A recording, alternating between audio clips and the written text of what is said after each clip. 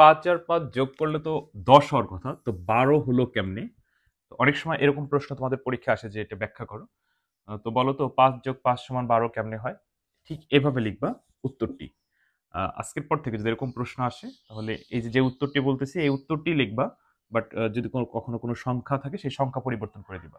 তো ফার্স্ট এরকম লিখবা উত্তর ৫ যোগ ৫ সমান ১০ এটি দশমিক সংখ্যা পদ্ধতি বলে দাড়ি দিবা। তারপর লিখবা দশমিক সংখ্যার ১০ কে অক্টাল সংখ্যায় রূপান্তর করলে ১২ হয়।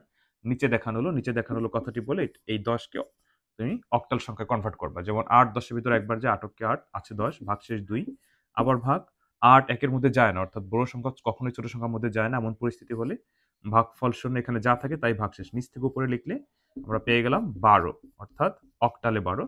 তার মানে ৫ আর ৫ যোগ করলে ১২ হয় কিসে হয়? অক্টালে হয়।